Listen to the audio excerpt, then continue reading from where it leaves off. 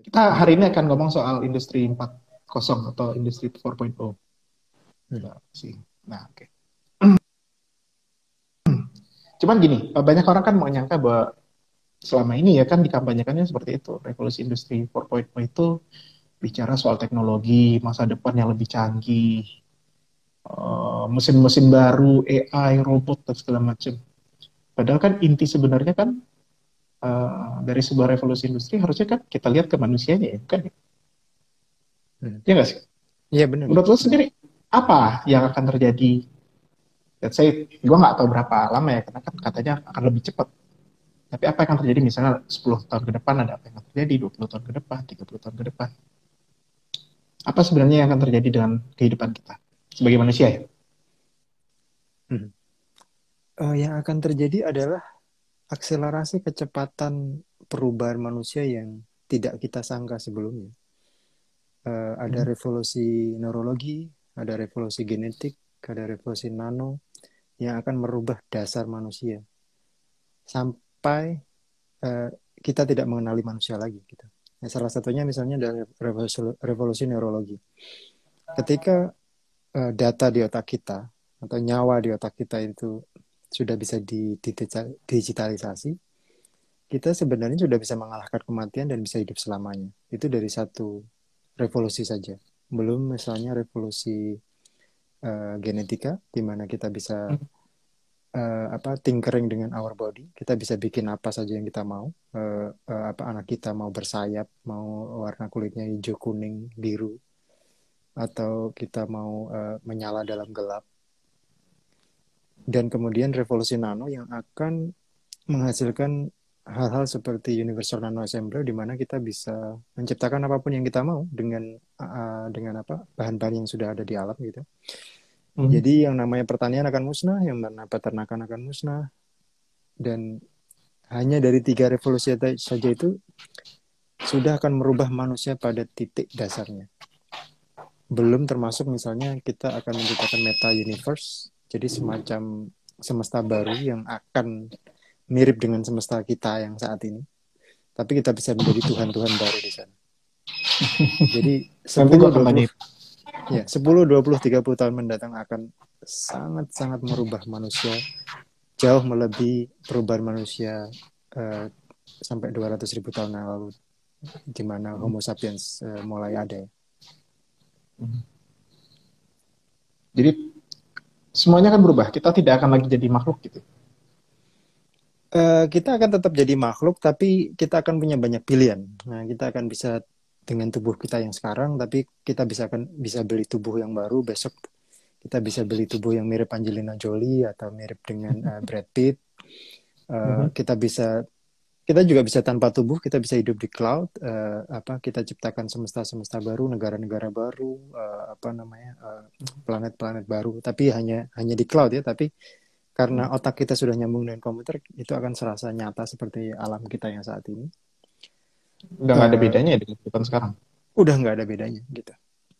Dan kalau misalnya orang beragama misalnya bercita-cita mencatatkan surga dengan 72 bidadari, nanti kita bisa bikin meta universe sendiri Mhm. dengan mungkin 9.999 bidadari. Ya, Nabinya beda sendiri juga silahkan gitu ya. iya, silakan. Benar-benar sesuatu yang kalau bayangan surga di agama itu mungkin masih terbatas ya. Bayangan surga di meta universe itu benar-benar terserah kita gitu. Kayak simulasi kehidupan baru ya.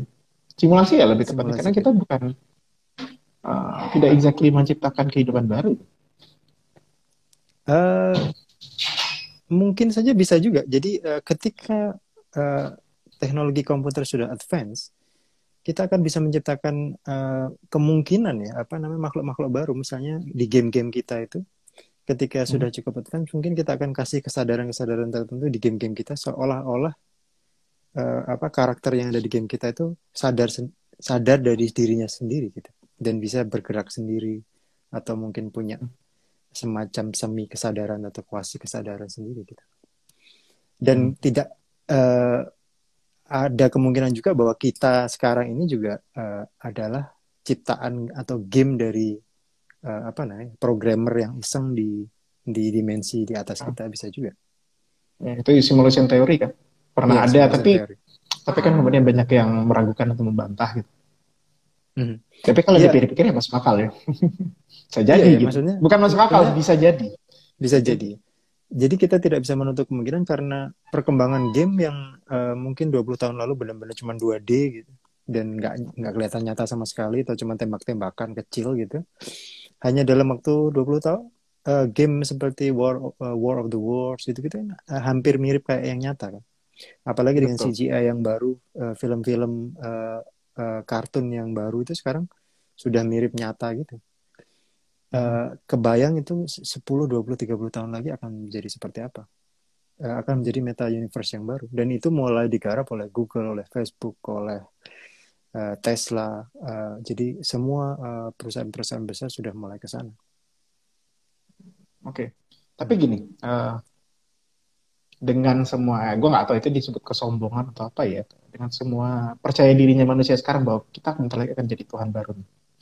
Hmm. Tapi ada tiba-tiba 2 tahun lalu ada shock. Hmm.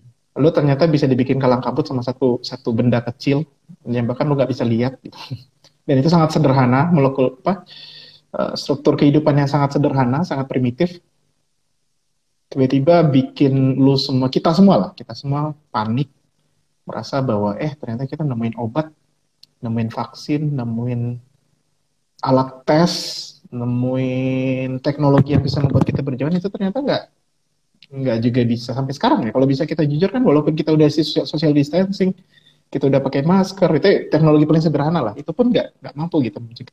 Kita bikin banyak hal, ternyata kita nggak berdaya gitu ya sama satu hal kecil yang namanya virus. Hmm.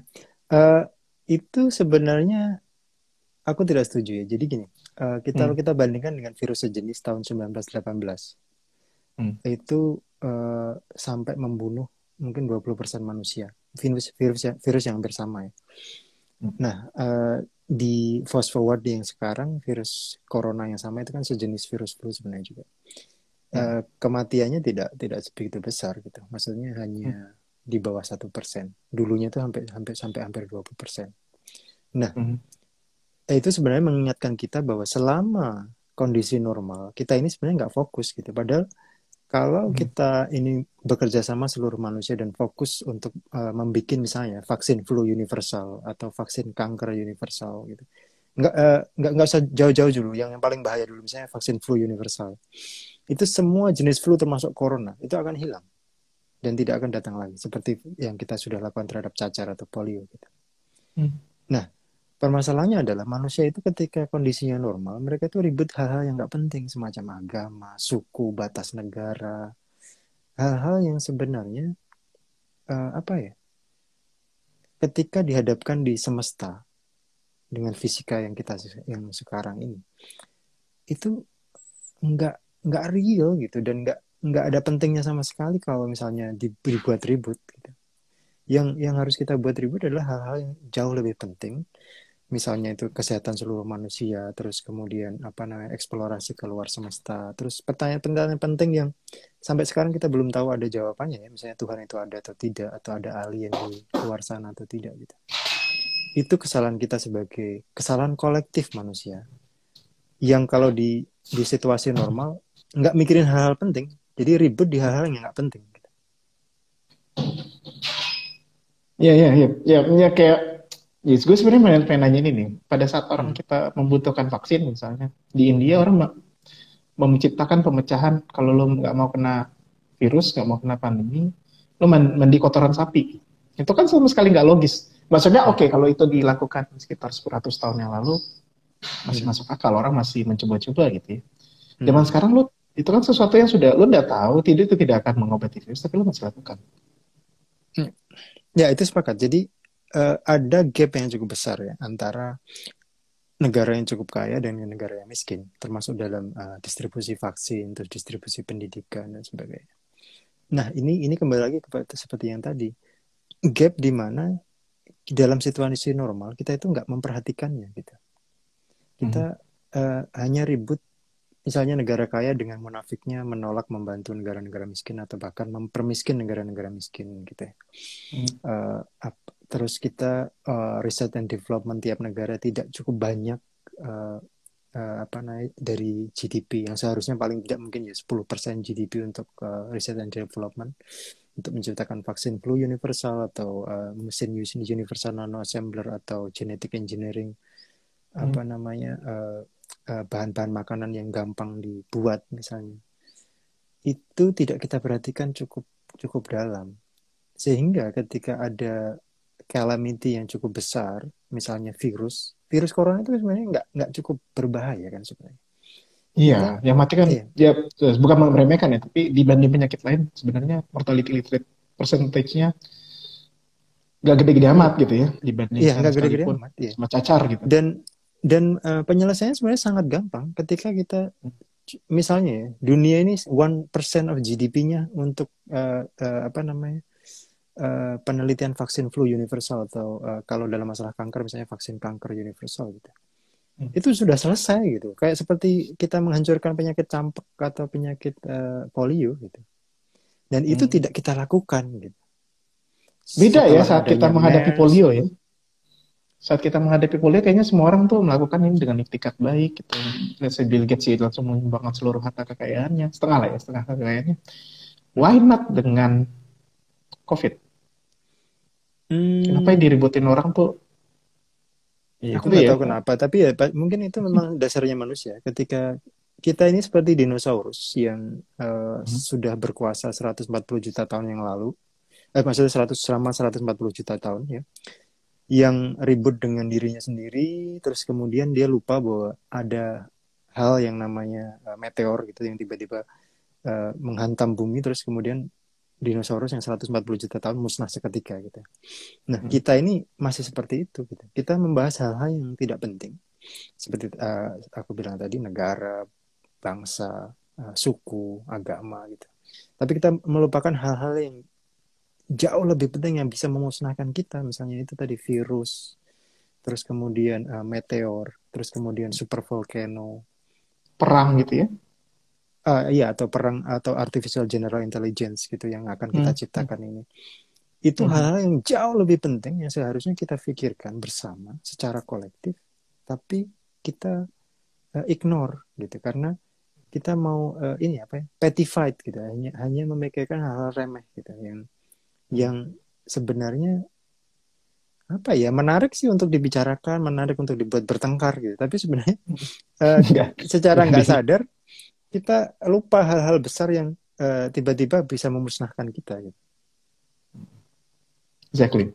Ini gue juga memperhatikan ya pembicaraan di Facebook itu. Ya masih sih masalah yang dipertengkarkan itu apakah jenazah itu dikuburkan mesti pakai plastik atau enggak. Mhm. Ya, ya benar Hal-hal kayak sekali. gitu. Ya. Dan balik lagi ya pembicaranya pasti soal agama, soal custom di tempat tersebut, kemudian masalah, oh gimana perasaan saya melihat jenazah keluarga saya masih pakai plastik atau enggak. Ada yang menganggap, oh enggak diplastikin juga enggak masalah. Padahal kan problem sebenarnya apakah kita sudah punya kekebalan terhadap pandemi ini kan? Oh ya, sepakat, Bukan sepakat. masalah cara lo membungkus jenazahnya. Iya benar, benar. Sepakat, sepakat. Kita kan sebenarnya sudah mendapatkan peringatan besar ya waktu apa namanya pandemi pes tahun abad 15-an itu, di mana kalau di Eropa itu hampir separuh penduduknya mati Ya, dan itu sampai ke seluruh dunia waktu itu hampir separuh. Indonesia masuk. Indonesia masuk. Indonesia masuk juga, Indonesia masuk juga.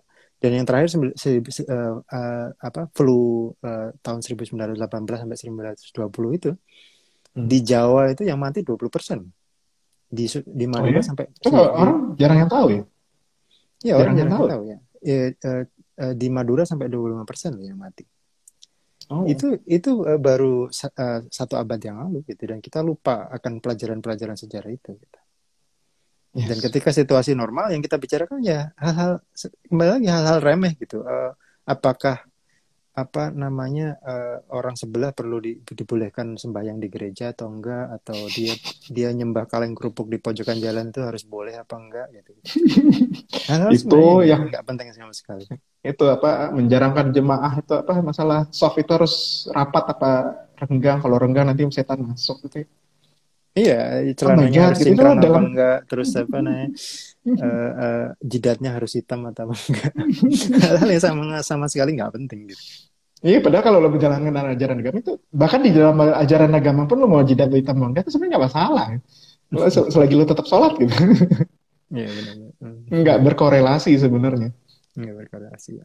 Hmm. Ini kita lanjut ke layanan kesehatan yang Hmm. sekarang kolaps gitu kan. Hmm. Menurut lo cukup nggak sih kita punya? Apa kita Eh, harus bertambah atau kita harus bercanggih? kita secara umum sih sebenarnya cukup ya. Di negara berkembang relatif cukup. Di negara miskin mungkin belum cukup ya. Di negara maju sudah cukup sih sebenarnya. Tapi kembali lagi penyelesaiannya adalah ini sempat aku bahas dulu dengan Kania masalah kesehatan ya. Jadi Hmm. penyelesaiannya itu bukan mengobati simptom, tapi mengobati dasarnya gitu.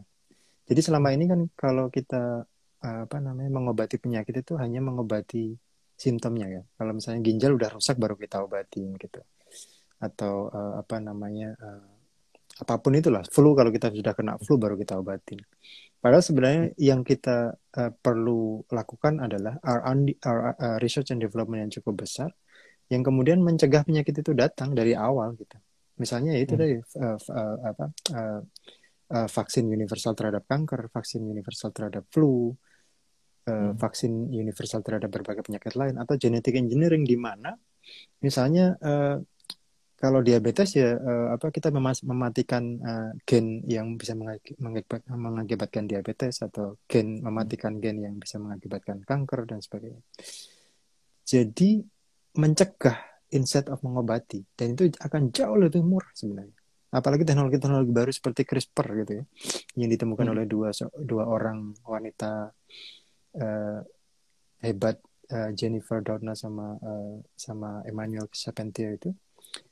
itu teknologinya sangat murah, dan ketika itu ada kita bisa tinkering dengan gen kita, bukan hanya gen gen manusia ya maksudnya, tapi selain kita bisa apa namanya menyembuhkan segala jenis penyakit dengan CRISPR engineering tadi, kita juga bisa engineer apa namanya makanan kita. Misalnya kalau padi yang sekarang di Indonesia itu panennya 3 bulan sekali, kita Hmm. bisa engineer untuk misalnya panen satu satu bulan sekali gitu. Atau misalnya yang 1 hektar dapatnya misalnya cuma 6 ton bisa jadi 18 ton. Atau padi yang nggak butuh air banyak.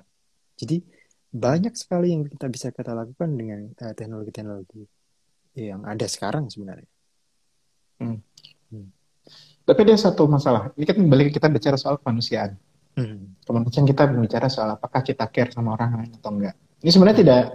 tidak ada pandemi pun sudah mulai terasa ya. Tapi saat pandemi ini makin terasa. Karena di saat pandemi kan kita jadi lose contact satu sama lain. Kecuali di lingkup keluarga lah ya. Tapi kayak gue sama tetangga gue sama akhirnya sama sekali nggak nyapa gitu ya karena kita takut nanti ketularan. Ada yang namanya isolasi mandiri, harus physical distancing, ada social distancing, harus work from home.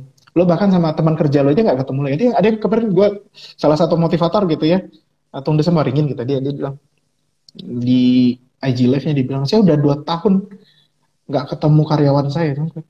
Oh my god, 2 tahun lo nggak ketemu karyawan lo semuanya satu perusahaan gitu. Itu lucu.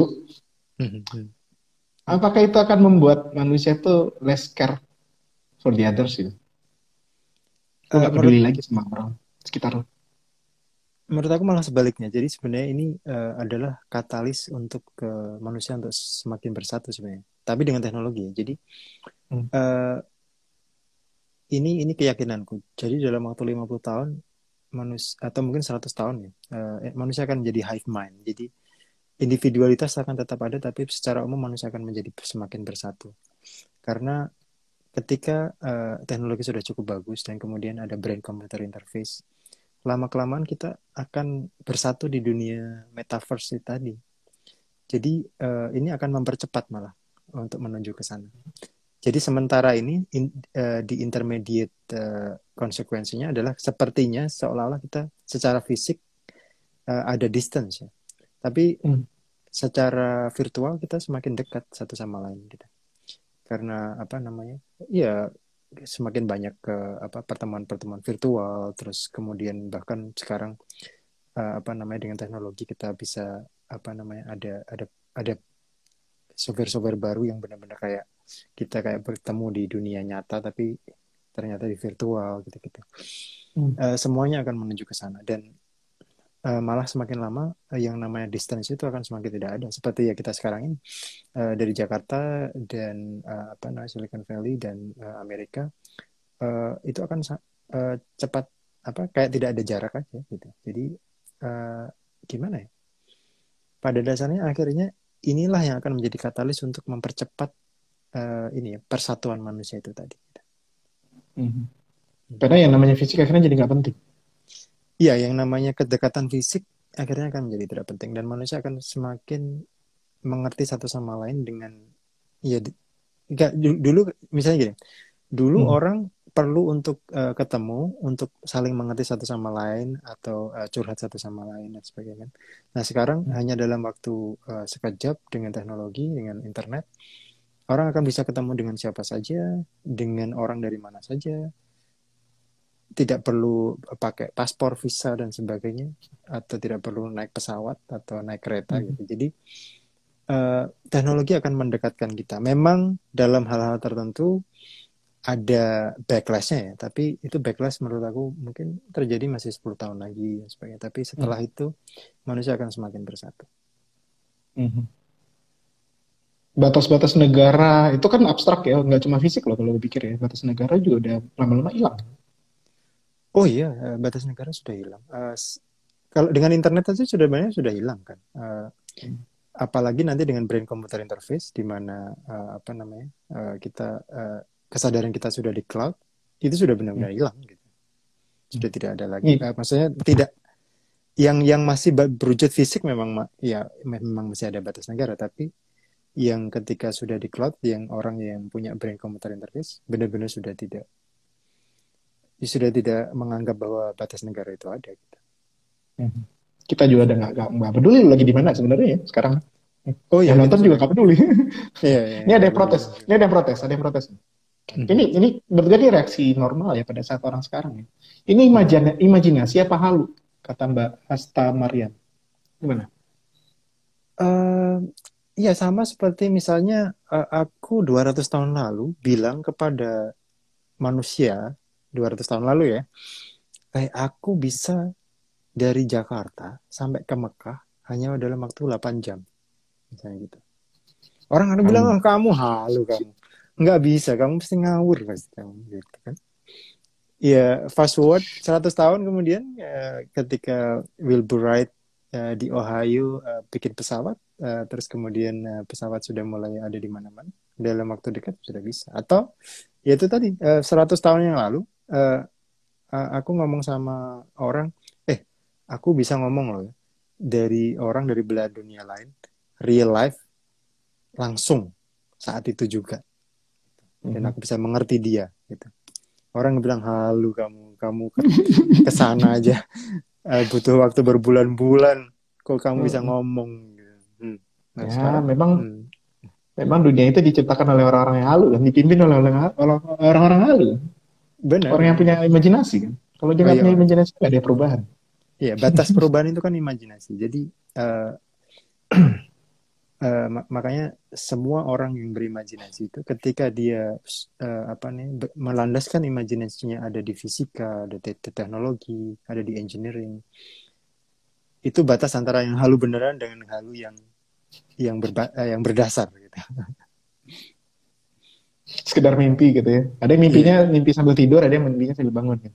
iya. Dan yang mimpi-mimpi yang kita bahas saat ini kan sebenarnya sudah mulai sudah banyak yang akan melakukannya gitu. Facebook sudah punya Meta Universe, Tesla, kok Tesla, Neuralink-nya Elon Musk sudah bikin brain computer interface, kernel, terus kemudian Brain Project sudah bikin connectomic gitu. Dan ini uh, teknologinya sudah hampir ke sana semua. Halu, Jadi halu tapi yang punya wujud gitu ya. lalu Tidak ada. yang punya wujud dan digerakkan oleh orang-orang yang jenius seperti Elon Musk, Hmm. Paul Allen, Bill Gates, Mark Zuckerberg, dengan bantuan uang yang juga tidak tidak sedikit gitu, triliunan gitu. Jadi ini halu yang sangat berdasar. Jadi bagi orang yang jauh dari pembicaraan-pembicaraan di Silicon Valley, mungkin ini halu yang tidak pernah dia dengar. Tapi di Silicon Valley apa yang aku ucapkan ini masih kurang gila gitu, karena orang Silicon Valley sudah bicara jauh lebih gila dari ini gitu. Lu diketawain kali ya di sana ya. Oh iya, jadi aku ingat banget tahun 2014 ketika aku ngomong hal seperti ini di Indonesia masih ditertawakan gitu. Walaupun sekarang mungkin sudah ada beberapa satu dua orang yang sudah sadar akan hal itu ya. Tapi ketika aku sampai di Silicon Valley, aku masih kurang gila gitu. Maksudnya masih banyak jauh orang yang jauh lebih gila gitu. Nih, si banyak masih penasaran. Bagaimana dengan Imam Mahdi dan Ratu Adil di masa depan? Oke, ini mitos apa fakta? Pertanyaan ini eh, efek dari beranda di YouTubeku. Kok nanya ini ya? Ya, Ya oke, ada mitos-mitos seperti itu kan.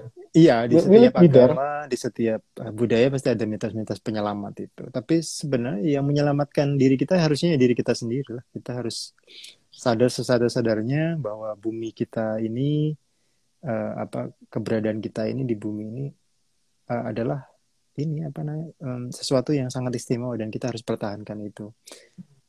Jadi kita tidak perlu menunggu orang-orang yang out of nowhere akan merubah keadaan ini gitu.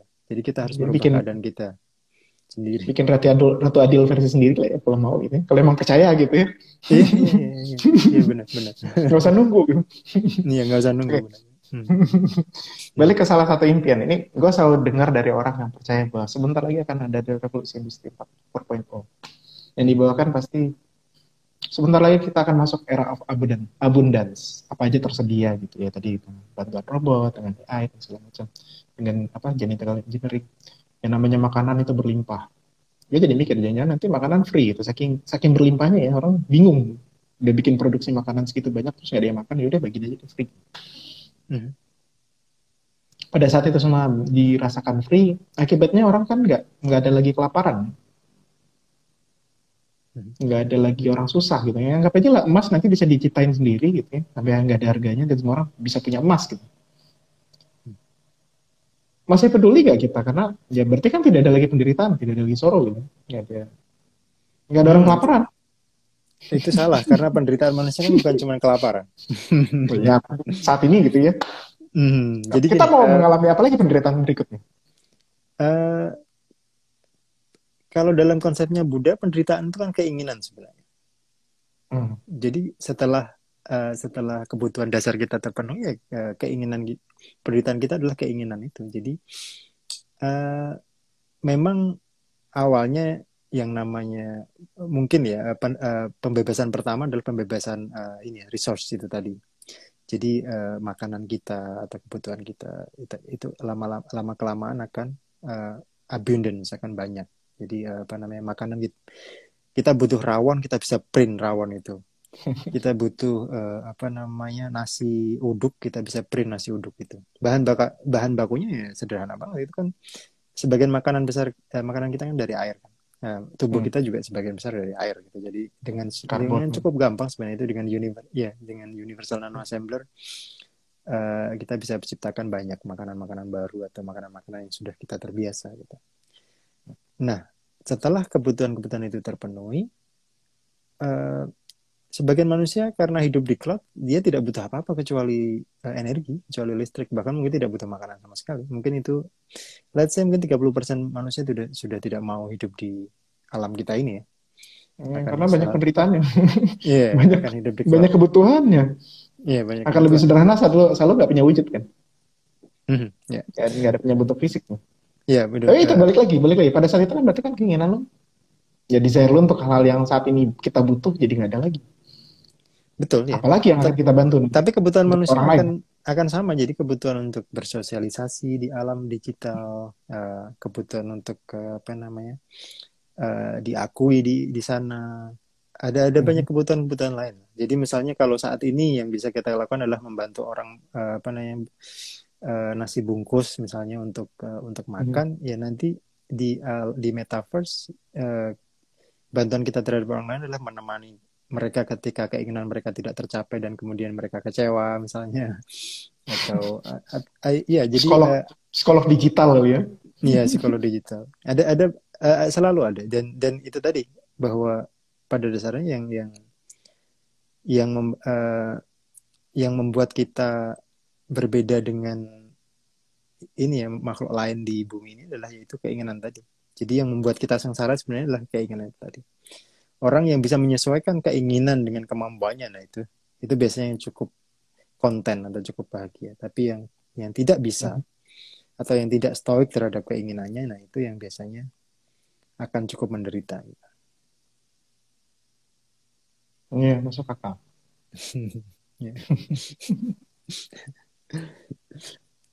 Jadi penderitaan tidak akan semudah itu hilang. Apalagi masih ada cinta dan sebagainya. Dan seperti kata Patkai, cinta itu penderitanya tidak berakhir. Tapi kan ya, seperti lu bilang kemarin ya waktu kita di chatting kan.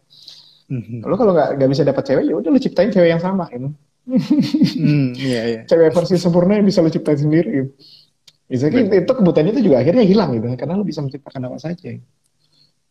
Iya, dan ada kemungkinan juga bahwa cinta antar manusia ini sudah akan hilang juga di alam metaverse. Maksudnya ketika kita sudah memikirkan hal-hal yang lebih penting, misalnya apakah Tuhan itu ada atau tidak, ataukah apakah semesta ini multiverse atau hanya one verse gitu, universe, bisakah kita ke dimensi yang lebih tinggi yang seperti yang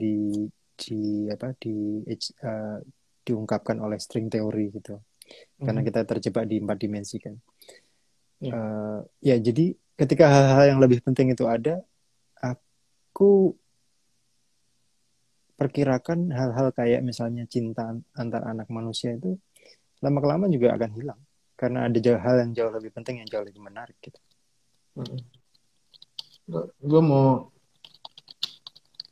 ngasih tahu tuh kalau yang mau belajar soal multidimensi ya,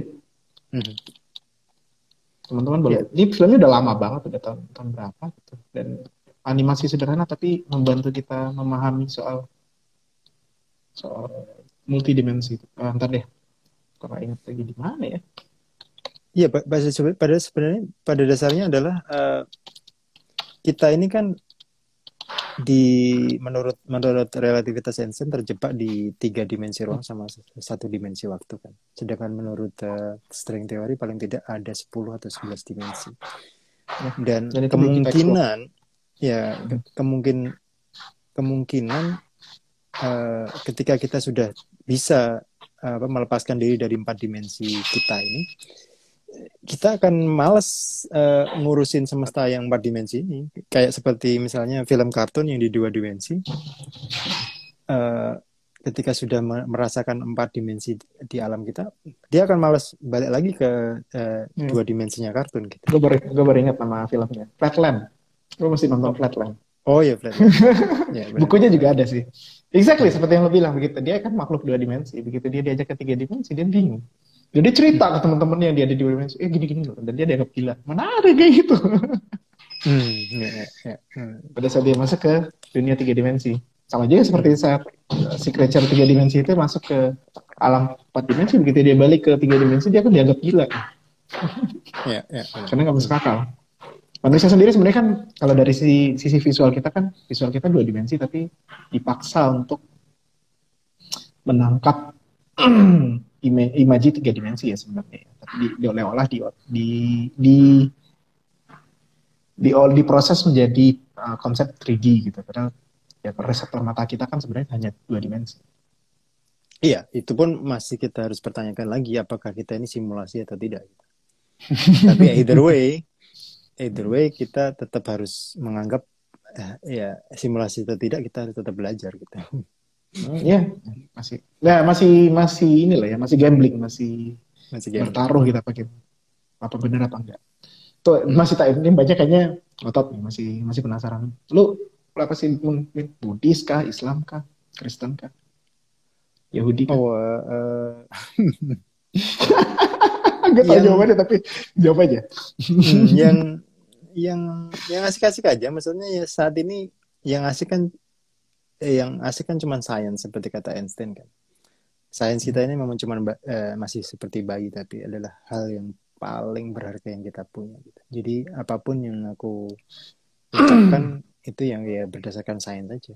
Nah, Hmm. yang tidak berdasarkan sains ya maaf saja, terpaksa harus disingkirkan Kalau sementara. kalau kata dokter Yasan, primbon, megang primbon semua. Primbon, ya. Kalau Ini ada lagi kebetulan ngomong. agak sama dengan Buddhis, iya kebetulan karena Buddhis itu agamanya agak agak beda dikit, bukan seperti Buddhis agama itu sih bukan misalnya. agama lagi. Buddhis itu bukan agama. Menurut gue ya, tapi ini tenang. Iya, Buddhis iya itu bukan benar. agama. Itu way of life, Lin. Way of life ya. Ya. Hmm. Cuman Dan di negara kita diakui sebagai agama. benar-benar. Hmm, hmm. Ya kayak misalnya Buddhis itu salah satu Buddhism ya, salah satu agama yang tidak percaya konsep nyawa gitu. Di Hmm. Buddha kan nggak ada nyawa. Nah itu. You just carry on gitu ya. Begitu lu udah mati, lu lanjutin lagi gitu kan. Iya, iya benar. Hmm. Lu juga jadi makhluk lain ya. Ya itu kan kayak ya terjadi semestawan partikel kan. Semesta Iya. satu partikel sebenarnya bolak-balik. Hmm. Benar. Ada komentar lagi. Human consciousness imagining its future. It can be anything. Setuju lo?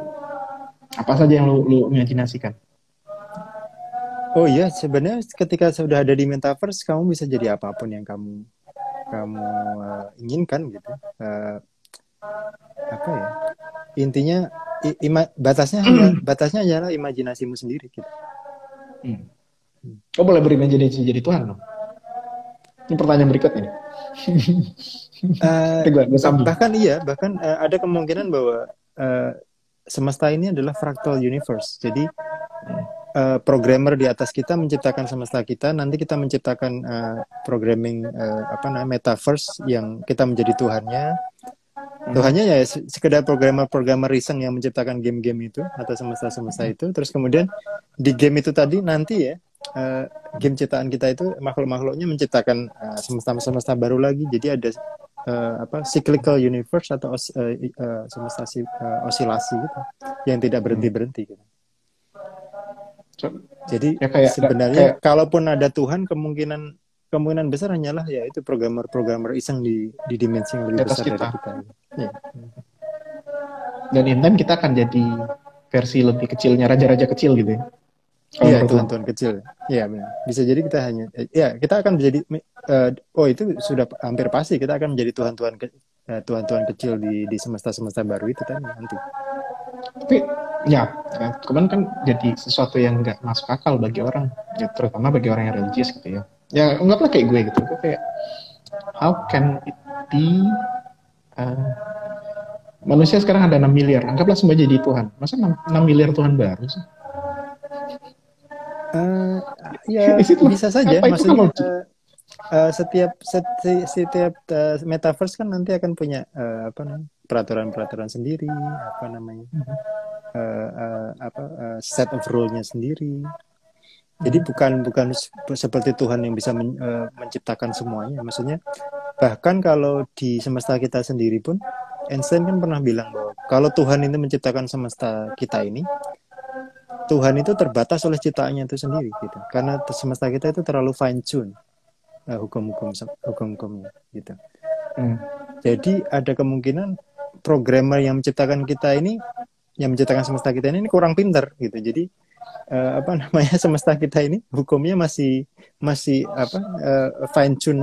Kalau salah sedikit bisa benar-benar rusak semestanya ini karena apa namanya kombinasi antara antimatter sama matternya salah dikit aja udah nggak jadi semesta kita ini. Jadi bahkan programmer atau Tuhan yang menciptakan semesta kita ini sangat terbatas gitu. Oh itu berarti ya?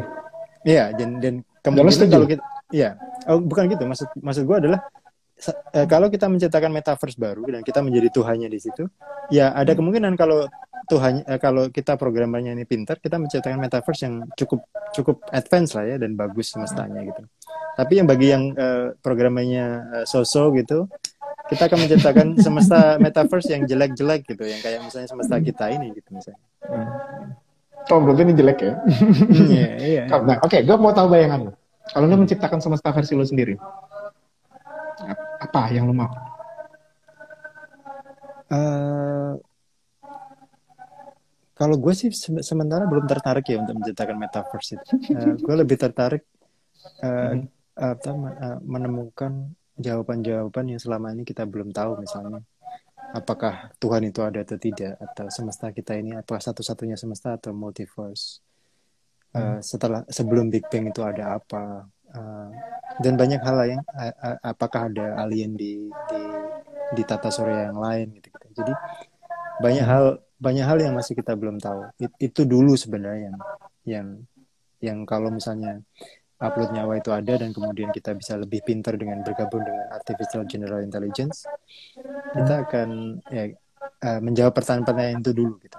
Untuk menciptakan metaverse kan sebenarnya sudah cukup gampang kan sekarang. Iya. Iya. Tapi bagi aku menjadi Tuhannya sendiri itu nggak terlalu penting. Yang lebih penting adalah mengerti dasar kesemuanya ini apa gitu. Lo one step ahead lah ya. Selangkah di atas Tuhannya lagi, mempelajari Tuhan ya. Iya, iya benar. Ya. Karena menjadi Tuhan tuh akhirnya akan terlalu gampang kan, karena dengan metaverse, menciptakan metaverse itu gitu. Yang lebih penting adalah underlying principle of all of this gitu. Bagaimana bisa terjadi gitu ya. Iya. Jadi buat lo nggak masalah mau ada miliaran Tuhan ya itu nggak ngurus gitu ya. It's okay berarti. Iya, nggak apa-apa. Jadi maksudnya seperti itu tadi. Maksudnya kalau ada programmer yang sebenarnya nggak terlalu pintar-pintar banget mau menciptakan metaverse, ya silakan gitu. Dan yang jadinya misalnya programmer yang menciptakan semesta kita ini misalnya, yang nggak ngulang lagi redundant gitu ya. Iya, yang nggak keren-keren banget gitu. Kalau kata Einstein, ini semesta kok ini ya apa namanya terlalu fine tune dan kalau salah dikit ini berantakan banget ini. Ya itu kan di pikiran dia. Ya itu di pikiran dia. Maksudnya maksud dia adalah bahwa ada kemungkinan kalau misalnya Tuhan itu lebih pintar misalnya, ya bikin semesta yang lebih keren lah gitu. Ya balik lagi definisi keren bisa beda-beda sih. Oh iya. Beda-beda. Mungkin ada yang merasa bahwa gue pengen menciptakan keteraturan yang lebih baik gitu. Iya benar. Di dunia berikutnya bisa dipahami. Oke, makasih sekali nih sudah nyaris 1 jam. Bentar lagi udah mau habis. Oke, ini gue pengen tanya, abis ini lu jalan kemana? Bertualang kemana lagi setelah SF? Kemana-mana saja. Jadi apa namanya? Intinya belajar banyak hal, melihat banyak hal, been there dan that. Kalau katanya Jeff Bezos, salah satu prinsip hidup yang bagus itu adalah regret minimization framework. Jadi ketika kita nanti berumur cukup jauh, cukup tua, yang kita sesali adalah yang tidak kita lakukan gitu. Jadi kita harus melakukan sebanyak mungkin yang bisa kita lakukan, sehingga nanti ketika kita sudah cukup tua, kita akan cukup puas dengan kegagalan kita, dengan keberhasilan kita, dan semua yang kita lakukan. Ya kan ceritanya begitu ya, kalau orang mati, menjelang mati itu kan biasanya di flashback gitu, ngapain aja. Menjelang mati. Ya. Tapi gue nggak tahu, moga-moga lo nggak bisa mati sih nanti. Orang seunik lo nggak mati. Nggak ada orang mau mati sih ya, nggak ada orang mau mati sebenarnya. Ya karena yang tadi kan di ujung sebuah kehidupan kan kita di flashback semua kehidupan kita lagi, dan kita akan menyesali apa yang nggak kita lakukan. Ya, tapi sebenarnya ya itu tadi mengalahkan kematian itu sebenarnya bukan tujuannya, tapi tujuannya adalah dengan mengalahkan kematian kita akan mengerti tentang kehidupan itu sendiri gitu. Soalnya dengan umur kita yang hanya 100 misalnya, kita akan banyak tidak mengerti semesta yang sudah umurnya 13,8 miliar tahun ini gitu. Iya. Ya gue kadang-kadang mikir ya. Dan itu juga kewajiban. Gimana kita bisa ngejudge semesta yang umurnya udah triliunan tahun, terus dari sebuah peradaban yang kita baru berapa tahun sih? 100.000 tahun lah paling ya? Enggak lah. Kalau dimulai dari kita mulai ngitung tanggal gitu ya, ngitung tahun kan baru 2010 gitu. Iya benar. Ya. 3.000 tahun lah, Pak, yang lebih advance, lebih kuno gitu penanggalannya. Berarti 3.000 tahun yang lalu kita nyadar bahwa ada konsep waktu gitu. Ada konsep Ya. tahun, ada konsep detik, menit.